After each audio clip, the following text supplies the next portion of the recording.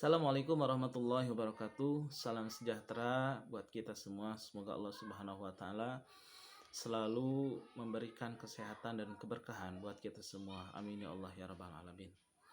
Sebelumnya perkenalkan, nama saya Yadi Supriyadi. Saya salah satu mahasiswa di kampus Institut Nahdlatul Ulama Kabupaten Ciamis, Prodi BKI Bimbingan Konseling Islam. Dalam video kali ini saya akan mencoba menjelaskan tentang analisis transaksional.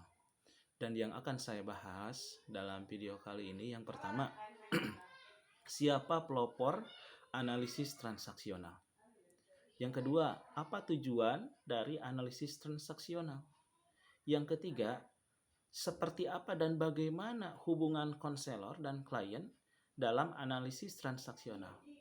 Dan yang keempat, implementasi dari analisis transaksional ini seperti apa?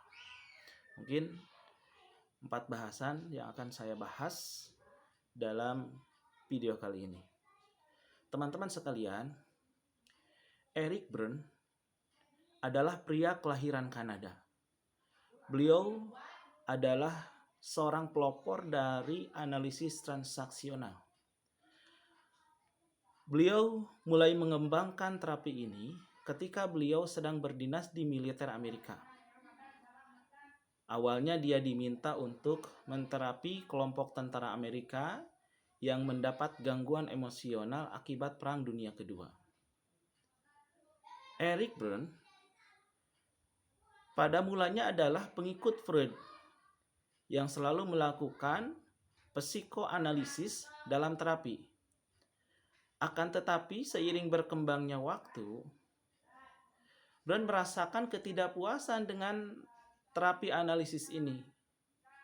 Menurut Berne, psikoanalisis yang dikembangkan oleh Freud sangatlah lambat dalam menyelesaikan permasalahan-permasalahan seseorang.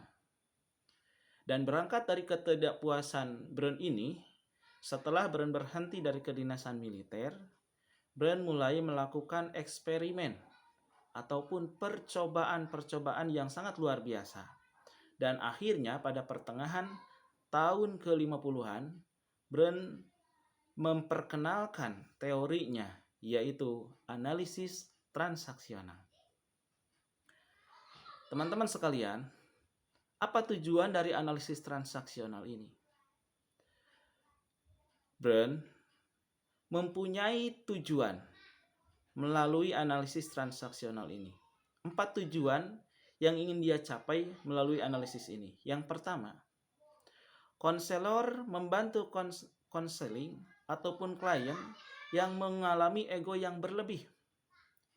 Yang kedua, tujuan dari konseling ini adalah konselor membantu klien dalam mengembangkan kapasitas dirinya dalam mengarahkan egonya ke arah yang lebih positif. Yang ketiga, konselor berusaha membantu klien dalam mengembangkan ego dewasanya. Pengembangan ini pada hakikatnya adalah menetapkan penalaran dan pemikiran individu. Untuk itu dibutuhkan kemampuan yang sangat optimal dalam mengatur dirinya sendiri. Yang keempat, tujuan dari analisis ini adalah membantu klien dari kehidupan yang kurang cocok dengan menggantinya dengan kehidupan yang baru yang sekiranya lebih cocok dan tentunya lebih produktif.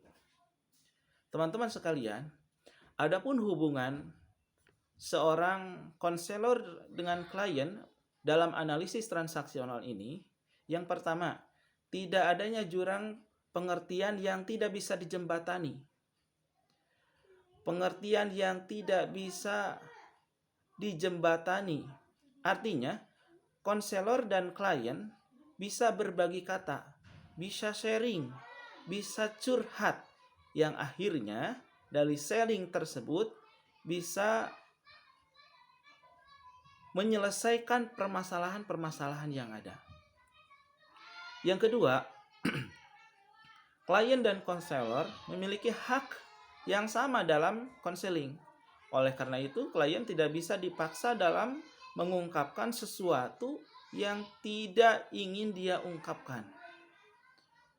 Yang ketiga, adanya kontrak memperkecil status dan menekankan persamaan di antara klien dan konselor. Inilah sebagian dari tujuan dan hubungan melalui analisis transaksional ini.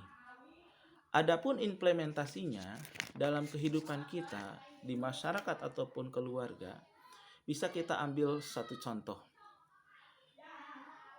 Seorang anak yang sangat patuh dan taat, bahkan sampai takut kepada orang tuanya.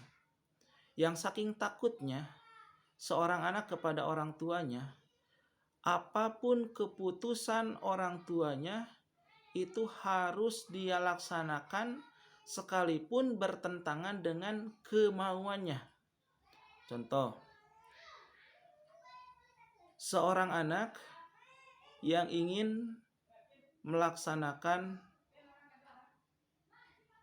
kuliah, orang tuanya ingin dia mengambil kedokteran, sementara dia ingin menjadi guru.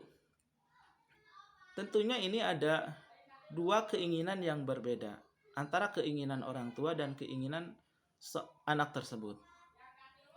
Maka ketika ini dipaksakan, misalnya ketika sang anak memaksakan dirinya untuk mematuhi perintah orang tuanya, maka ini akan menjadi suatu problem ataupun permasalahan yang tidak akan ada jalan keluarnya.